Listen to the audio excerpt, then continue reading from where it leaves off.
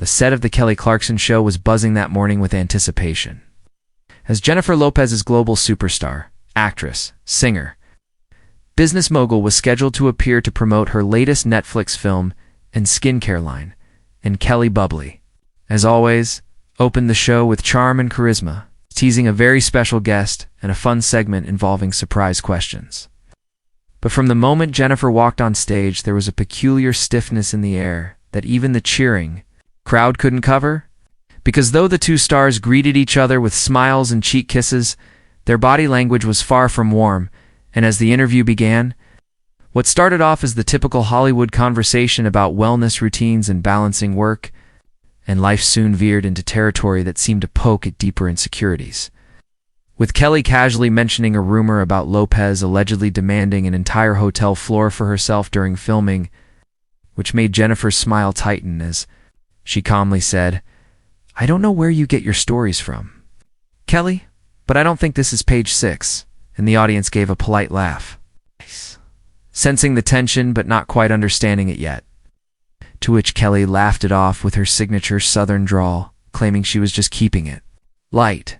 But when she followed up by asking whether Jennifer's constant reinventions were more about the brand than the art, the tone in the room shifted palpably, and Jennifer tilted her head, clearly taken aback, asking, "Would you say that to a man who's had 10 hit albums and made movies for 30 years? And Kelly, caught off guard, tried to pivot by saying she respected JLo's hustle, but thought people wanted the old Jenny from the block back. And that was when Jennifer crossed her legs, looked out at the audience, and said flatly, "Maybe they should let Jenny decide who she wants to be now," which drew some murmurs from the crowd.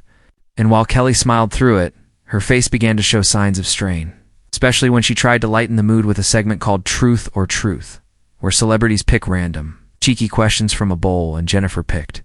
a card that read, "Name one celebrity you think is fake." And instead of laughing it off like most guests did, she looked Kelly dead in the eye and said, "Anyone who pretends to be sweet on camera, but likes to throw shade in interviews." Which clearly stunned Kelly, though she kept her grin frozen in place, saying, "Well, okay then," and tried to move on. But by now,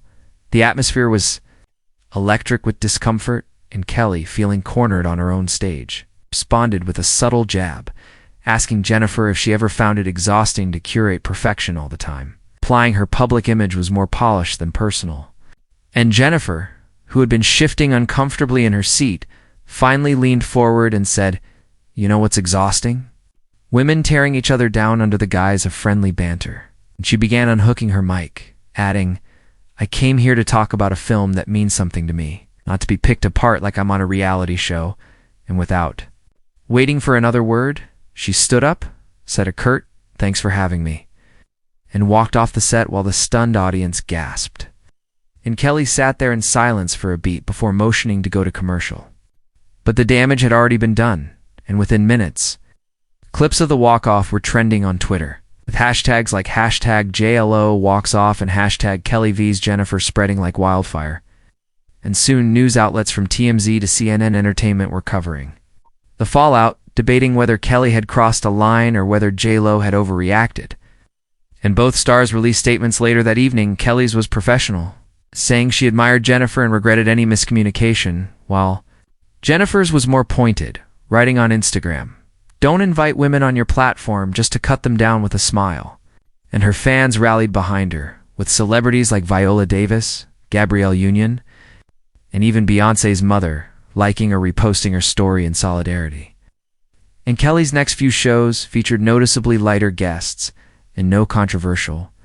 segments, while Jennifer canceled the rest of her press appearances that week, choosing instead to release a candid YouTube video, speaking directly to her fans about double standards in interviews and the pressure women face to smile through microaggressions. And that video received millions of views, reframing the narrative completely in her favor, while Kelly, though still supported by her loyal audience, found herself under a different kind of scrutiny, with several think pieces calling into question whether daytime TV had become a soft battlefield for passive-aggressive celebrity wars. And though both women continued their careers as usual, the moment remained a turning point in talk show history, studied, quoted, and even parodied on Saturday Night Live. Not because it was a meltdown, but because it revealed so much beneath the surface of glamour. And the next time Jennifer appeared publicly, at a film premiere weeks later, she was asked by a reporter whether she'd ever go back on the Kelly Clarkson show. And she smiled, paused, and said, "Not unless we're singing a duet with no questions asked," before walking off with her head high and crowd applause trailing behind her, making it clear she had said her final word on the matter, and possibly the most powerful one of all. In the aftermath of Jennifer Lopez's dramatic walk-off from the Kelly Clarkson show,